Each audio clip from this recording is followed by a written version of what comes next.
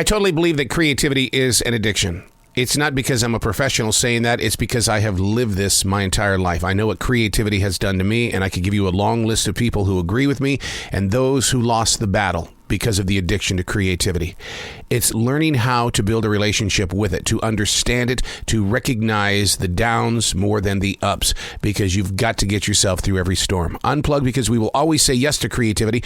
Totally uncut, because we all make mistakes. So turn it into a tool. This is Arroe Unplugged. A nibble of fall is in the air. A tingle of shivers race through this forest. I watch the squirrels scamper with large particles in their mouths, be it food or lumber for their tree houses.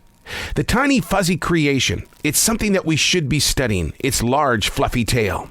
Now, Native American spirituality studies say that the squirrel is signaling changes. They deal with things that are ahead of us. Is this why the squirrel sits in the middle of the road just staring at you in the car?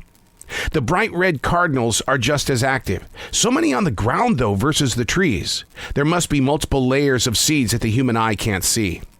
The cardinal represents compassion and loving attention. Now, we as human beings are to stop and feel the awareness of all things around us. A bit cooler as it approaches the arrival of a new day. After all, it is September, the starting point of change. But how many of us are recognizing the arrival of this change? It's being overtaken by the pandemic as well as political unrest. Well, not in this forest. From the crows in full flight to the yellowish leaves once green, there is peace within this lay of land.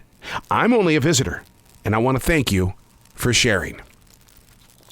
Taking the moments to recognize that you are nothing more than a visitor. Sure, I pay the taxes on this land. Sure, I'm the one that has to walk around, 365 days a year and pick up limbs that have fallen. Yes, I do say many, many, many times this is my forest in South Charlotte, North Carolina. But I'm only a visitor. I've always felt like a visitor. I have sat in this forest on the floor.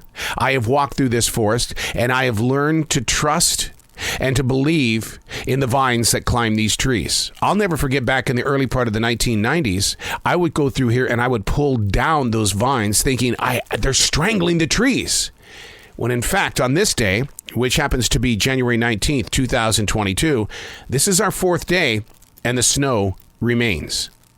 See, back in September, on the fourth day in 2021, I paid close attention to the scampering squirrels, wondering why they were carrying so much. Was it food? Was it lumber? They were building their tree houses. I was also looking at the cardinals on the ground. Did they know that this would be the fourth day in January with snow and ice still on the ground? Did they know that it was going to be a cold winter? Why don't we pay attention as human beings?